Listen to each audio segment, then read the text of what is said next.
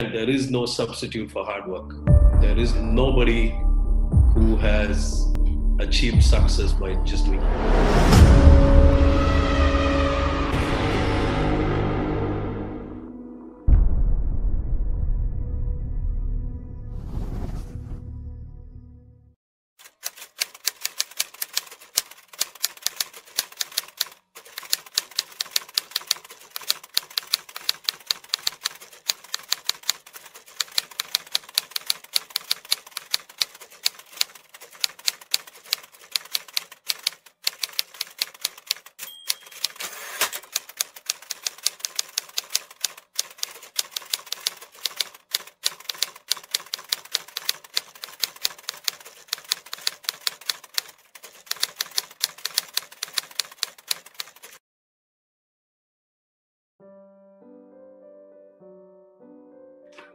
Greetings, ladies and gentlemen. Today it is an honor and a pleasure for me to introduce you all to this particular session where we are going to know more about the role and the responsibilities of CEO.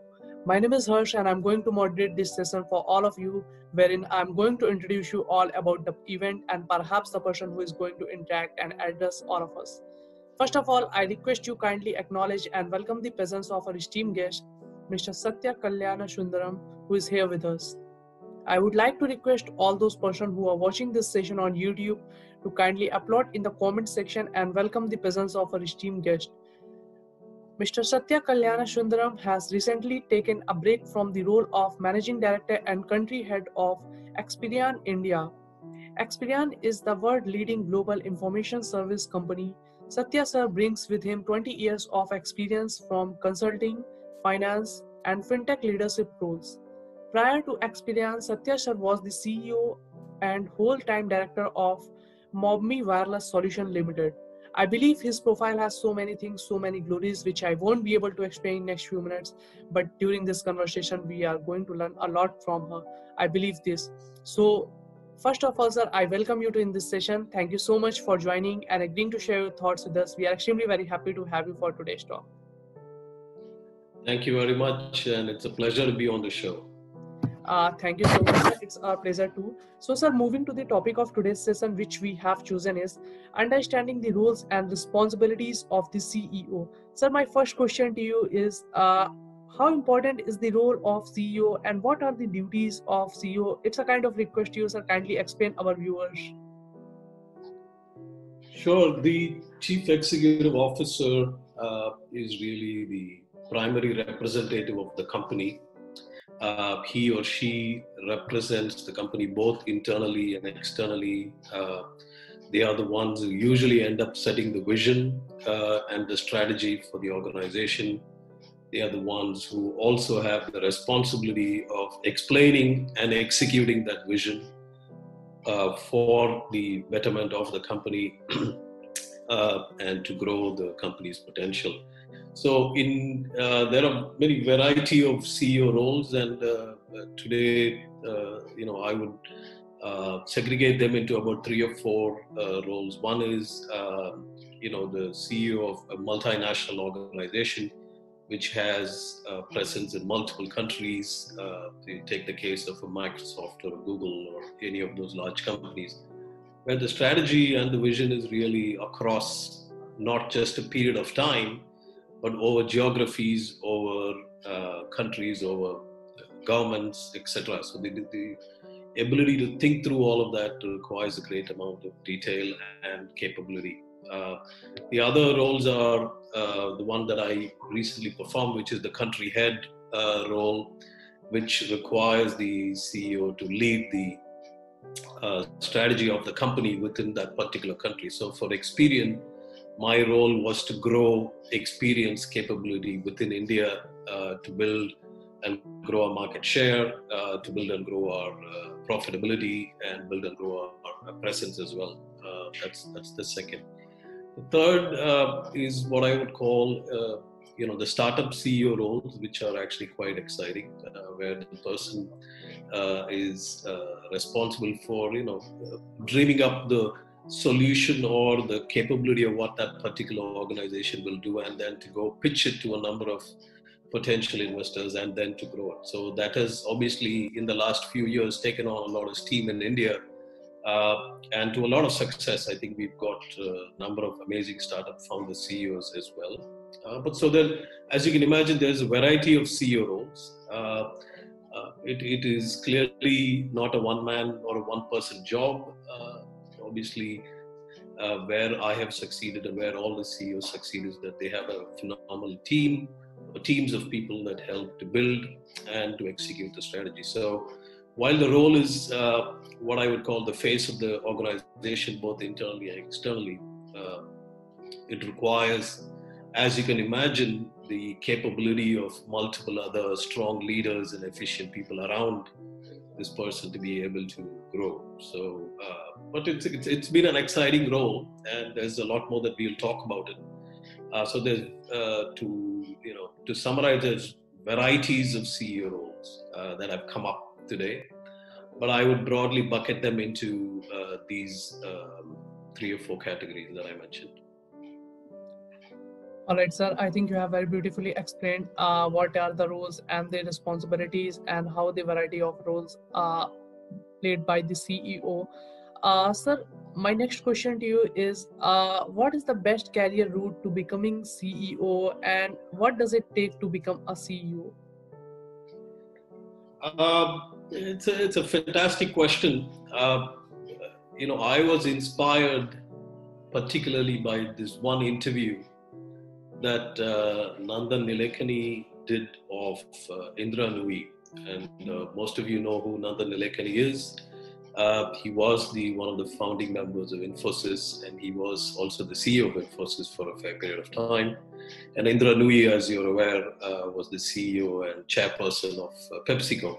So there was this interview that he did, and she made the statement which stuck very close to me. And she said, being a CEO or becoming a CEO is a calling, which means that it is something that you have to feel internally first. So that I actually cut that and kept it on my computer, my laptop for a very long time, because I used to read that daily to say, can I become a CEO? Am I a CEO material? So I think I resonate with that. I think the role of a CEO is one of a calling. I think it needs to be felt internally first. It needs to be imbibed. It always comes from within.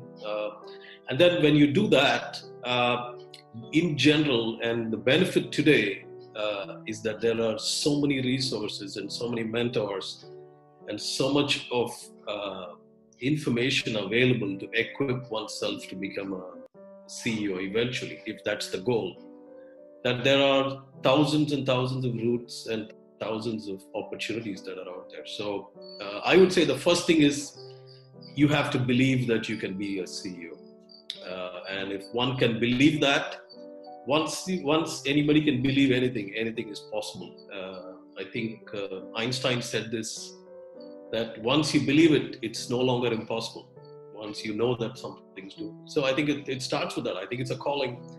For me personally, I use that as an opportunity to understand my weaknesses first, and then my strengths. I had the benefit of choosing mentors, and maybe we can chat about this in detail later, but the presence and the guidance of mentors was very important for me, and I still reach out and draw from them significantly in terms of both career options and in terms of what I should do, things that I should think about. And then particularly started building on the skill sets that I needed to become a CEO. And my training, as you would call it, is one of accounting. I did my bachelor's in commerce, and then I did an MBA in finance, and I was a CPA. So most of it was accounting related.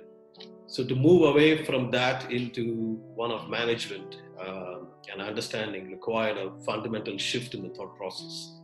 I was a CFO for many years, which allowed me to understand strategy, understand and be the right hand of, I would say both the right hand, left hand of the CEOs that I worked for, to understand how they would evaluate strategy, build plans, etc. So that gave me a fair bit of experience. But I think the greatest learning for me was to understand the people aspect, because by nature, accountants or CFOs are not viewed as people, people managers. So I think the empathy aspect of it, dealing and inspiring people, I think was the aspect that I had to learn the most. And it was not something that came naturally to me, but I had the benefit of mentors. I had the benefit of guidance. I would say reading was a huge opportunity that I unlocked maybe 7-8 years ago. And the great thing about reading is that all these lessons are available for hundreds and thousands of years. You can learn management lessons from Chandragupta Maurya all the way to Microsoft, Satya Nadella today, or Sundar Pichai, or Elon Musk. So you can, read all the way. So that was a huge unlocking for me when I started reading and understanding what people can do.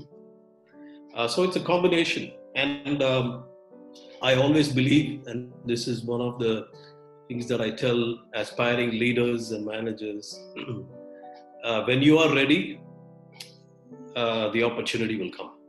But you have to be ready. You have to always be ready. And being ready is being ready for the opportunity, being ready for the challenge, being ready for a role change, all of that. But that requires the mindset to say, okay, I'm ready, I'm hungry for it.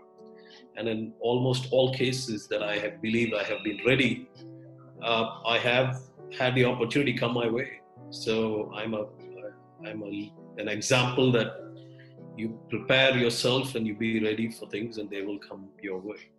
They may take a little longer than what you have planned, but I had a goal to be a CEO by the age of 40, and I was able to be a CEO by the age of 40.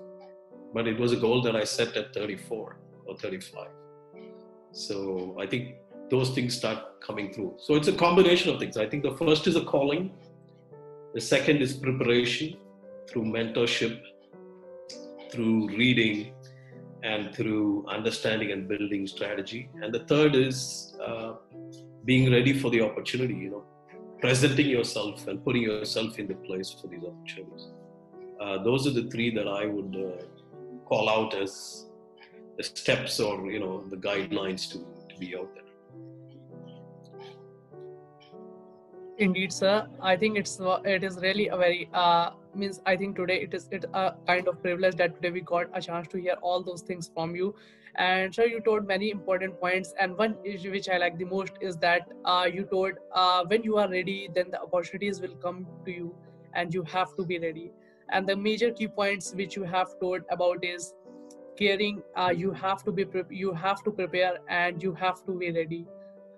Sir, my next question to you is, what is the role of CEOs in developing, maintaining, and changing organizational culture?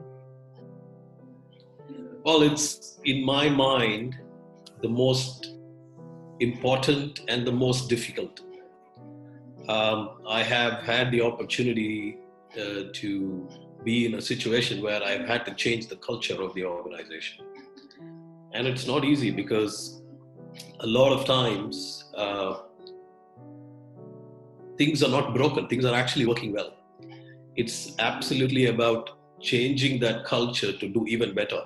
So, there are amazing stories out there where, companies that were doing really well up to a certain stage, up to 10 million or 100 million, could not really move past that because they could not adapt to the higher levels of growth.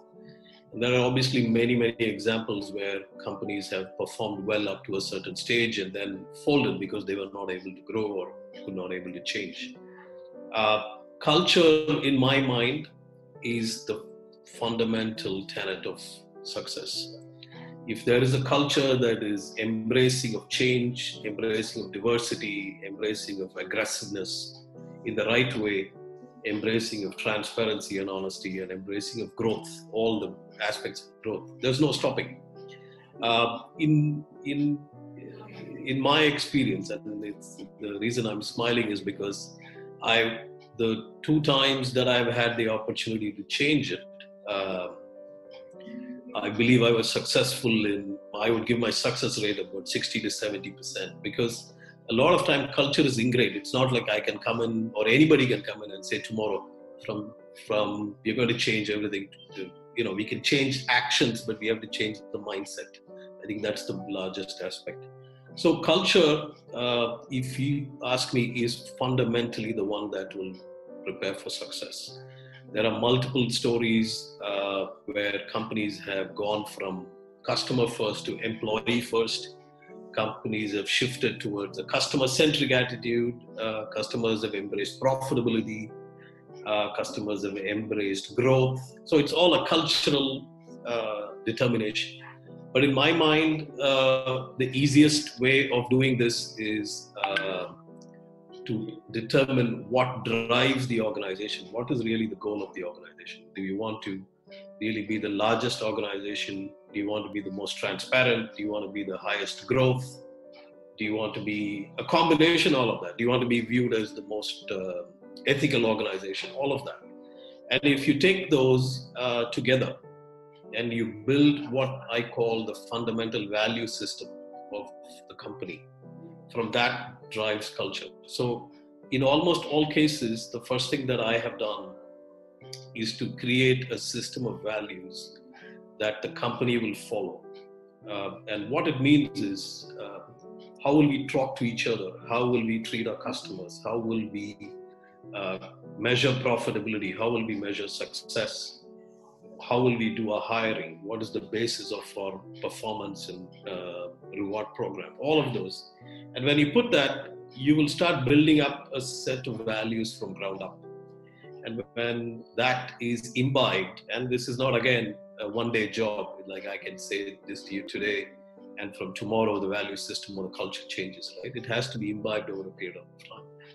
But the incremental changes that you make on a daily, weekly, monthly basis will have a quantum impact in a year or 2 years. So in my view, depending on the size of the organization, a 1 to 2 year shift in culture is really possible. And that shift can have an impact for 10, 15, 20 years over a period of time. So culture is really the first thing that I focus on. And if we can get culture and the value systems around culture correct, everything else falls in place immediately right after that. Again, sir, it was really a very insightful answer from your side, and I believe the viewers, those who are watching this session, it will be fruitful for them as well. Sir, my next question to you is, what is the mindsets and practices of an excellent CEO? Well, I can tell you what works for me or what has worked for me. But like I said before, I would highly recommend viewers and anybody else who's aspiring to be a CEO to read and to be able to build on stories that have been said all through. And these are all available. The internet and the web have become a great leveler. A lot of this information is actually available for free right now. So the amount of learning that's available out there is significant. So while I will give my perspectives, I would very strongly recommend that everybody read and understand all other perspectives as well. So I think the fundamental attributes of a CEO, firstly, is a sense of purpose. What is your purpose towards yourself, and what is your purpose towards the world? I think it is very, very clear that people who lack a sense of purpose will lack not just becoming a CEO, but being successful in life, because they go through life just as it happens to them. So it's firstly a sense of purpose. And I'll expand on that. When you have a sense of purpose, it means 4 or 5 things. First, what are the roles that you're performing? You're performing the role of a child to your parents. You're performing the role of a brother or a sister. You're performing the role of a husband or a wife. You're performing the role of a mother or a father. And you're performing the role of a colleague. And you're performing the role of a friend, right? So these are broadly 6-7 roles. Do you believe that your sense of purpose to impact all of these relationships are clear? Like, you can be a great CEO, but you could be a really not so great parent or a brother or a son or a daughter. So it's that sense of purpose is all pervasive. It goes through all your roles that you perform in life. The second is, as you create a sense of purpose, what is it that drives you? In my mind, the greatest benefit or what I draw is the impact I have on people. So I always say to myself, if somebody is inspired by what I do or what I tell, that means I am successful. My success is not dependent on money or property or titles or the company I lead. It's about how many people that I've inspired. I would say about 5 years ago, one of my mentors asked me this question, and it's a very loaded question. I asked this to senior people when I interview them. If you had the opportunity to have $100 million in the bank or influence 100 million people, what would you choose? And it's a very simple question, but it's a loaded question. As you can imagine, most people will say, I would like to have $100 million in the bank, and as with that, I can help more people. But it's a larger, deeper question, because if you can influence 100 million people positively, that means the ability that you have to influence change for the world and for everything else is significant. So you don't have to read that question or understand it literally, but that is a sense of purpose. What is really that drives you? What do you want to be viewed as? And as we all reflect upon life, we all now live to 85, 90 years old. When you are completed a certain age, how do you want to look back and say you have lived your life? Jeff Bezos has made this very great comment that when he looks back at his life at 80 or 85, his greatest thought is that he has tried and done everything that he wanted to do. Like he did not want to have a life of regret. He was okay if he failed, but he was not okay if he didn't try what he wanted to do. So that's how he wanted to view himself, and he's doing reasonably well, as you're aware, right? So it's about what drives you. What is it that you want to be viewing yourself as? And I think that's the first one. The second is, from a sense of purpose comes a sense of discipline. Discipline is not about saying I will only have 2 glasses of water, or it's about how you live your life. It's about how you categorically build and create systems around your life and your work that then reflect onto the actions. One of the best books that I've read on that is a book called Atomic Habits by James Clear, where he talks about building systems, not habits, and the systems create routines that then create success. There's also another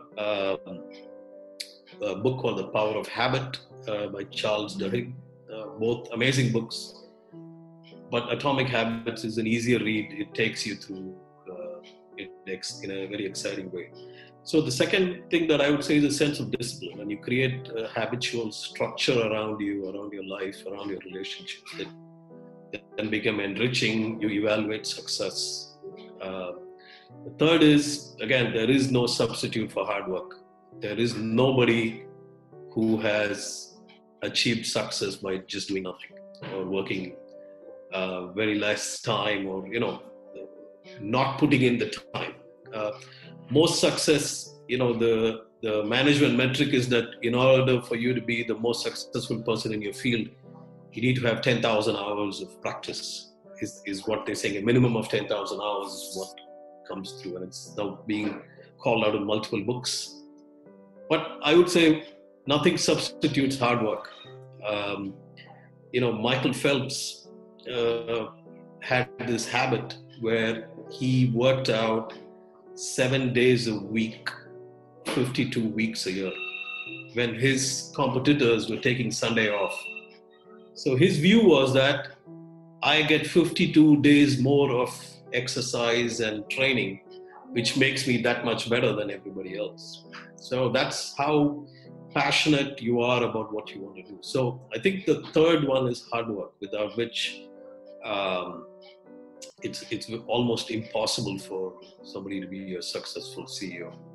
The fourth is, I think it's important to understand history and to understand the past in terms of what has happened, primarily from not being able to repeat mistakes, but secondly, to learn from the past and to be able to build greater things in the future. And for me, the easiest way to do that is to have mentors who can guide me.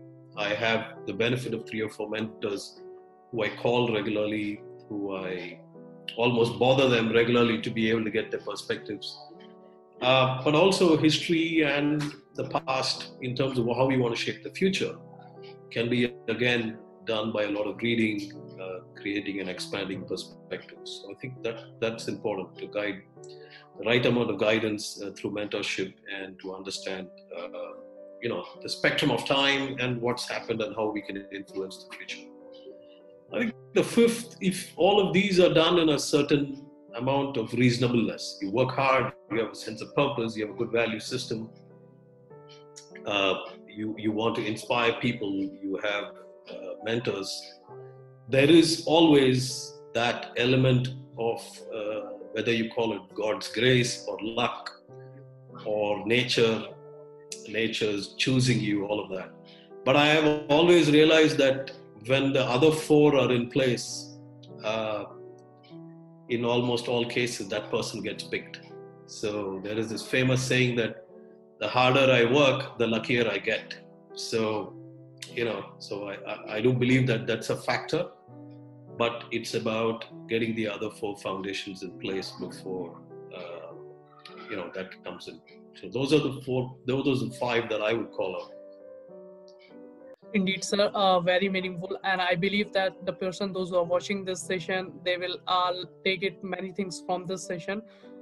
Sir, my next question to you is sir, I want to know about you. How actually you measures your success? I said this before.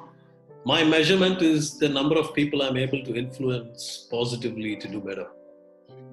And if I believe, I write this once in a while and say, if somebody is able to come up to me and said, you've inspired me to change my outlook, you've inspired me to be healthier, you've inspired me to go study something, you've inspired me to become a CEO, etc., I feel I'm successful. That is my measurement of success. It's about the number of people that I'm able to inspire for betterment and to inspire change. That's how I view my success. So it's constant, right? It's not like I've inspired 3 people, so I'm happy. It's about how many more you can influence, which is the point I made, right? $100 million, 100 million people. So that's how I evaluate my axis of success in my life. All right, sir. Sir, actually, I have a question from one of my subscriber. He is asking, what are the advice from your side to all those students, those who are in their colleges? What are the things they must learn? What are the type of skill they must learn in their college days to make themselves industry ready? See, I'll tell you, when I finished my undergrad and then I finished my graduate studies in the US, I had no idea what I wanted to do. I had literally no idea what I wanted to do. I got a role, I took the role, I was happy with it. But what happened throughout this period was that I was evaluating where markets are going, where industry is moving, what interested me. And I think the first thing that I would suggest is to have a sense of hunger around what they want to do. Today, the availability of resources and availability of information is significant. So if somebody is studying engineering, for example, it's not like they have to necessarily take up a role in computer science or in technology. They could take up other roles as well. But today, the options are so much more. I was making the statement to one of my friends.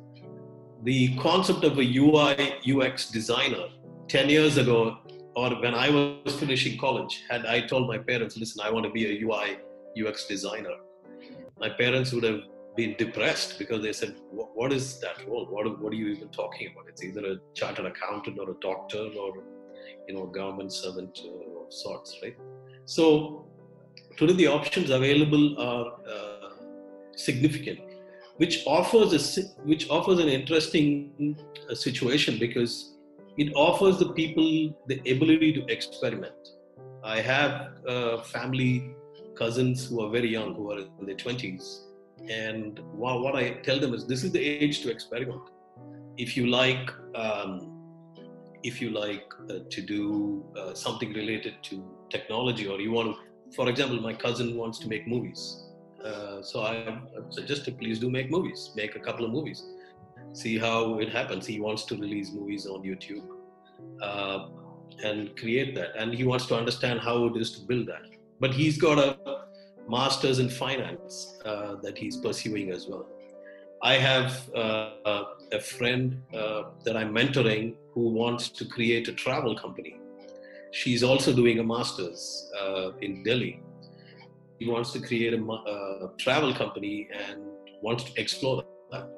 I know somebody who wants to create a dance studio, right? And these are people who are in traditional management schools. So the opportunity today allows people to experiment. And unless you experiment and unless you determine the directions that you want to go, you will not be able to do what interests you. You will always end up doing what others want of you. Like you will always say, I did this because my parents said this, or my uncle suggested this, or my father's friend suggested this, or of some sort.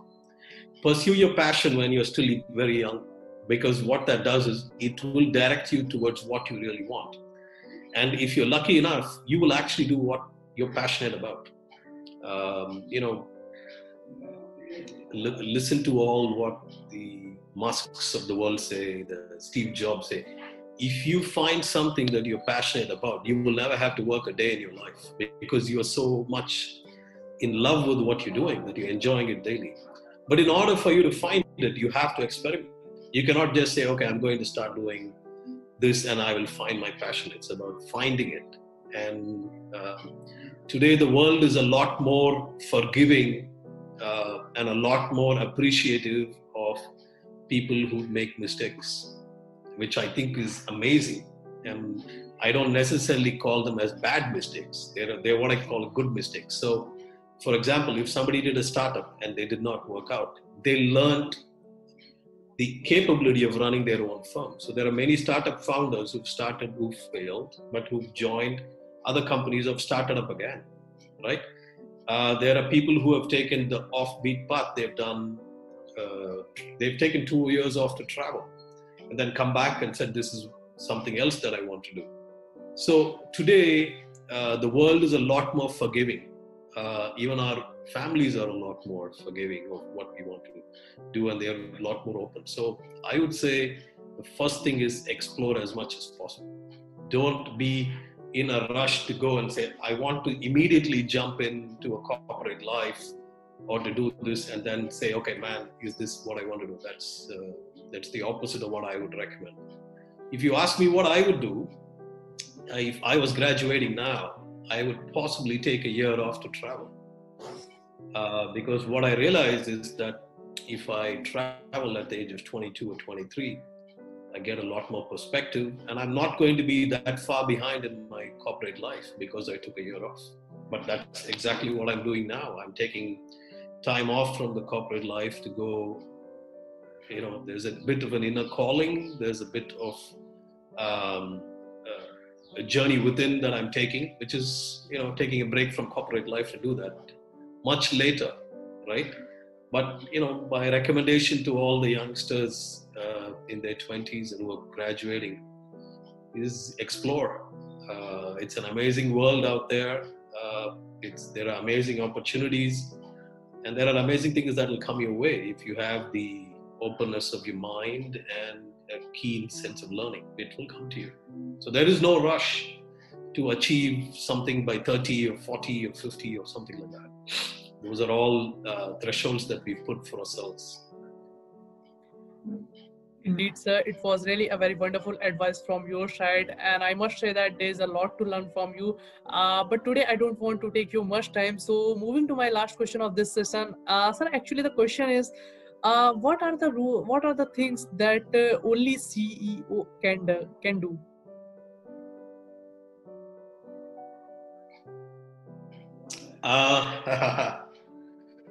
What are the things that only a CEO can do? Is it? Yes. Actually, that's a good question. I don't know. I don't know the things that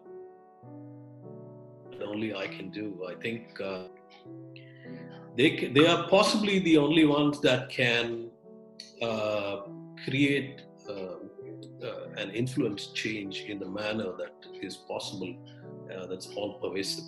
I think that is really the one that I can think of, because a CEO is really the only person who can say, I am going to completely overturn the direction or the capability, and actually have the wherewithal to go achieve it. I'm not saying that with a sense of pride or with a sense of haughtiness. It's more about, that the role offers that capability. But it comes with a lot of weight on the shoulders as well. So it's not something that I would say is easy. It's actually the most difficult thing to do. But maybe that's one thing that can come up to my mind at this point of time. All right, sir. It was really a very wonderful session with you. Thank you so much for joining and giving your important time. And I must say that there's a lot to learn from you, and the kind of energy you brought into this session was very inspiring for all our viewers. We look forward to conduct more sessions with you in future. Thank you so much, sir, for joining. Thank you for the opportunity. It's always a pleasure to speak to young entrepreneurs as yourself. I think you're doing a phenomenal job. You are creating a forum to put thinking and thinkers out there. So I think even your passion of what you're doing is phenomenal. I think so. Firstly, congratulations to you for creating this platform. And I wish you all the best in your corporate life and in what you do in life as well. And I look forward to being in touch and continuing to communicate in future opportunities.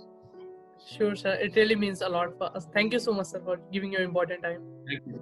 Yes, sir. Thank you. On the ground is where I stand. Never give up, that was always the plan. It's so cold outside. I'm alone, I'm alright. It's so cold outside. I'm alone.